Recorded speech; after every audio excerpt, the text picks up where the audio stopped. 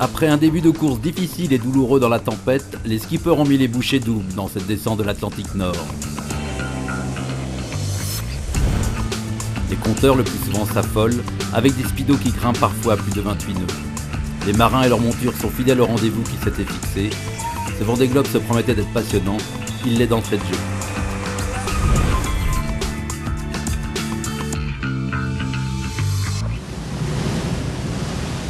Lundi 17 novembre, 8e jour de mer.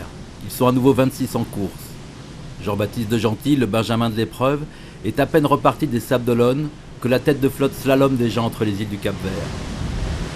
Depuis plus de 3 jours, Loïc Perron ouvre la route. Pour garder son leadership, il vient de s'offrir une nuit complètement blanche. C'est la bagarre, hein. C'est la bagarre dans ce petit Cap-Vert. Ça a été une bagarre un peu complexe cette nuit. C'est pas fini encore, mais bon. Un peu fatigant, mais ça va. Juste derrière le skipper de Gitana Haiti, un duo de poursuivants, tous deux grands animateurs de l'édition précédente, Jean Le Cam et Sébastien Josse. Ils ont eux aussi été particulièrement à l'aise dans cette descente sous Spie ou sous Grande Genacker. Mais à peine les îles du Cap-Vert franchies, un nouveau casse-tête se présente pour les 10 premiers, regroupés en moins de 120 000. Il se nomme Poteau Noir, il va être le grand animateur de cette deuxième semaine de course. Une espèce de marmite pas forcément évident, même pour les meilleurs météorologues, à comprendre ce qui se passe. Ça peut changer très vite de toutes les heures, toutes les 24 heures. Mais il faut passer par là. Il faut passer par là et tous les skippers, à coups d'empannage, essayent de se placer au mieux sur l'échiquier pour franchir cette zone plate, sans changement de pression et donc théoriquement sans vent. Dans le relief du temps, le vent se trouve uniquement sur les pentes engendrées ici par les anticyclones. Celui des Açores au nord, celui de Sainte-Hélène au sud.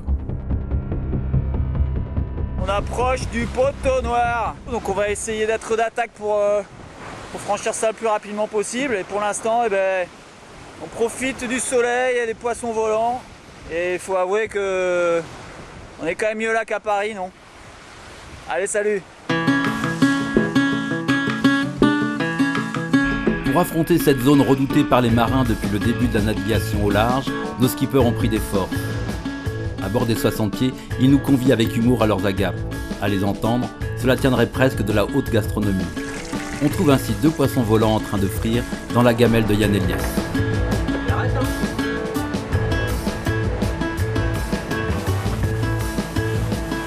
Roland Jourdain, lui, se la joue écolo durable. Grand succès sur les pousses de graines à germer, qui sont excellentes, et que je vous conseille à la maison comme en bateau. Un peu de fraîcheur dans cet univers de brut. La nourriture a toujours été le nerf de la guerre, l'hygiène également. Johnny Balbon, relégué en 19e position, découvre toutes les difficultés de la course en solitaire. Je n'ai pas changé de vêtements depuis une semaine. Cela commence à coller et à sentir. Je vais essayer de changer tout ça, de prendre en plus une bonne douche et après j'irai essayer de dormir. Johnny vient juste de se faire doubler par Michel Desjoyaux, bien décidé à revenir le plus rapidement aux affaires après son départ manqué. Le vainqueur du Vendée Globe 2000-2001 n'a rien perdu de son agressivité. Même relégué à 450 000 du leader, il veut peser de tout son poids sur la course. La régate au contact est quelque chose d'épuisant et ça laisse forcément des traces dans les organismes. Moi je vais à mon rythme, je ne sais pas si c'est celui qu'il faut, mais je suis pas sous la pression de concurrents juste à côté, voire même à vue tout le temps. Donc c'est un du bon et c'est un du mauvais. J'espère que par rapport à la fatigue qu'ils ont dû encaisser, ça fait plutôt du bon pour moi. 150 000 devant Michel évolue Marc Guillemot, un des grands perdants de la première semaine de course. Resté coincé par une bulle sans vent au large des Canaries, il a passé l'archipel du Cap-Vert 24 heures après les premiers. Ce matin, au petit jour, j'ai passé l'île Saint-Nicolas. Et là, à quelques 25 000 devant, c'est l'île de Fogo. Donc dans 1h30 en pannage. Dès que les vitesses dépassent les 15-18 nœuds, les appendices des 60 pieds se mettent à chanter. Ici, c'est le sifflement du safran qu'on entend.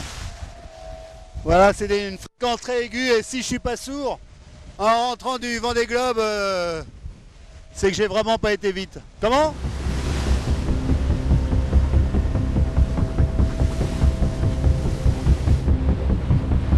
Mercredi 19 novembre, 10e jour de course. La tête de flotte entre dans le vif du sujet. En impeccable leader, Loïc Perron ouvre la route du Poteau Noir. À ses basques, toujours une meute de jeunes soifards. Les 10 premiers se tiennent en un peu plus de 100 000. On est mercredi, jour des enfants. Nous avons le Poteau Noir, on est presque dedans au début. Les copains sont derrière, Jojo est par là-bas, les autres là, pas très loin, tout le monde est groupir. Ça va se jouer cette nuit et demain. Du vent très faible évidemment, comme vous pouvez voir, on est sous depuis maintenant 6 jours. Et je dois avouer qu'avec mon joli Gitana Haiti, tout se passe très bien. A bientôt. 20 000 derrière Gitana Haiti, le skipper de BT, Sébastien Josse, ne lâche rien. Pourtant, les distractions ne semblent pas manquer à bord de son 60 pieds. On entendait ça. On est dans le Poteau Noir, il n'y a pas un nœud de vent. Mais par contre, il y a un petit couple de grillons à bord du bateau. Pas grillons, sauterelles. Et ça fait un barouf. Je vais essayer de vous les montrer. Le grand perdant de l'approche du Poteau Noir se nomme Jean Le Cam. Outre son recalage obligatoire vers l'ouest pour l'aborder, il a dû s'astreindre à une délicate réparation de ses pilotes automatiques.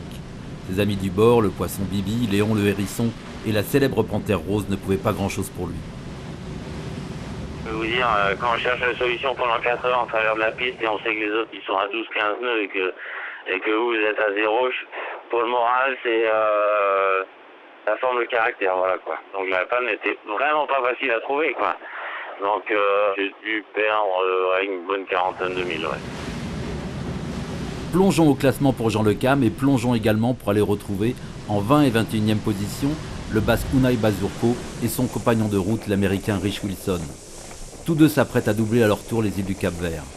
Raphaël Dinelli devra lui patienter encore un peu, mais celui qui ne fonctionne qu'aux énergies renouvelables vient de se faire une belle frayeur.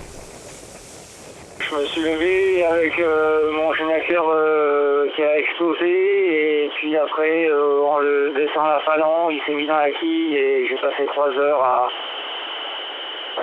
travailler les voiles, à essayer de sortir le générateur de la quille des safrans et je suis épuisé. Chut, ne pas faire de bruit, surtout ne pas réveiller le lion qui dort, semble dire Sébastien Josse. Il n'y a pas de vent, mais il n'y a pas de gros nuages noirs non plus. Pas de pluie diluvienne, pas de rafale de vent, le Poteau Noir se la joue cool, même s'il fait évidemment très chaud. À l'avant comme plus à l'arrière sur le bateau de Dick Afari, tout le monde est logé à la même enseigne. Je vais au sud, j'attends toujours la bascule du vent et comme tout va bien, je me suis lavé les cheveux.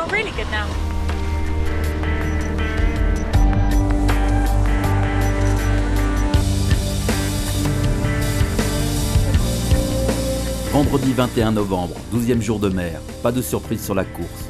Le Poteau Noir n'a redistribué aucune carte, n'a retenu personne dans sa nasse. Le premier gros obstacle météo est franchi.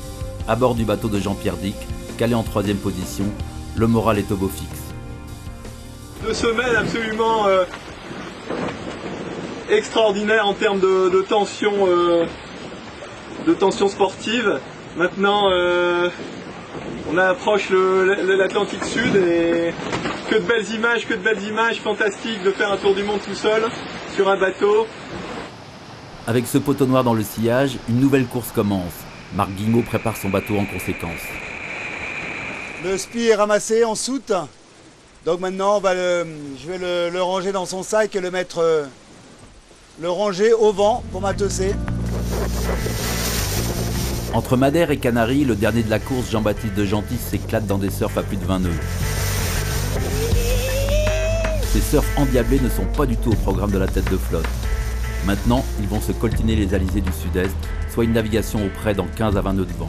Merci l'anticyclone de Sainte-Hélène.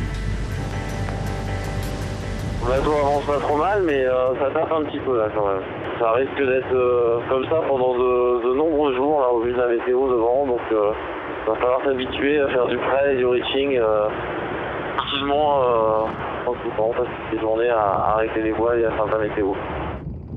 17e au général, Arnaud Boissière vit lui aussi penché JT. Il a traversé le Poteau Noir comme une fleur. Bon, on va faire un petit point. Alors, le groupe devant là, ils sont un peu échappés. Panda, Roxy ça prend. Là par mon travers, un peu plus loin, j'étais en Aviva et Midgege. Steve White juste derrière moi. C'est à 22 h, après 12 jours et 9 heures de navigation, que Loïc Perron s'offre l'équateur. Cela fait maintenant 10 jours qu'il est en tête. C'est marqué sur l'écran à l'instant même, nous venons de passer l'équateur. Donc je viens de saluer nos amis Éon et Neptune qui sont dehors, d'ailleurs comme toujours, ils sont toujours là, ils sont assez sympas, pour leur demander le droit, bien entendu, de passer dans l'hémisphère sud, ce que nous avons fait à l'instant même. Un petit coup pour le bateau.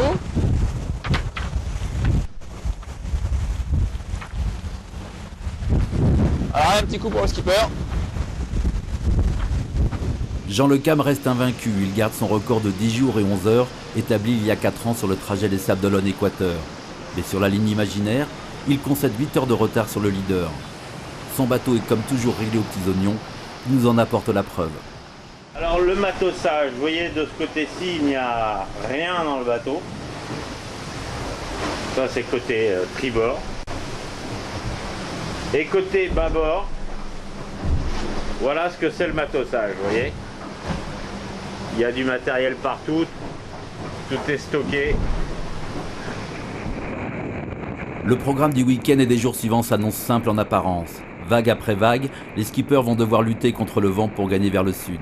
Ce speed test géant fera des heureux et des déçus. Le premier d'entre eux se nomme Jérémy Bayou.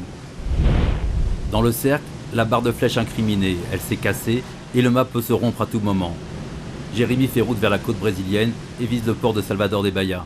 J'ai eu un petit boom, un petit crack, et donc je suis sorti voir, et tout de suite sous le vent j'ai vu la barre de flèche numéro 2, donc celle du milieu, se balader quoi. C'est tout le système de retenue, le système de fixation qui a pété. Après le mât il tire une drôle de tronche, donc j'ai l'impression que le mât il a pris un shoot aussi quoi, donc voilà quoi. C'est un peu la totale quoi. La réparation s'annonce compliquée, mais Jérémy va s'accrocher au maximum à son histoire, tout comme l'ont fait avant lui Derek Hadfield, Jean-Baptiste de Gentil ou Bernard Stamm, tous trois repartis des Sables d'Olonne loin des premiers. Grâce à leur comportement exemplaire, la légende du Vendée Globe se perpétue. Le mot de la fin pour Bernard Stamm, qui entre à son tour dans le poteau noir le dimanche 23 novembre, 14e jour de course. Si je recolle au groupe de tête, c'est uniquement par chance météorologique. Donc ensuite, je fais marcher mon bateau, quoi, parce qu'il n'y a pas grand-chose d'autre à faire au niveau sportif, quoi, voilà, au niveau tactique.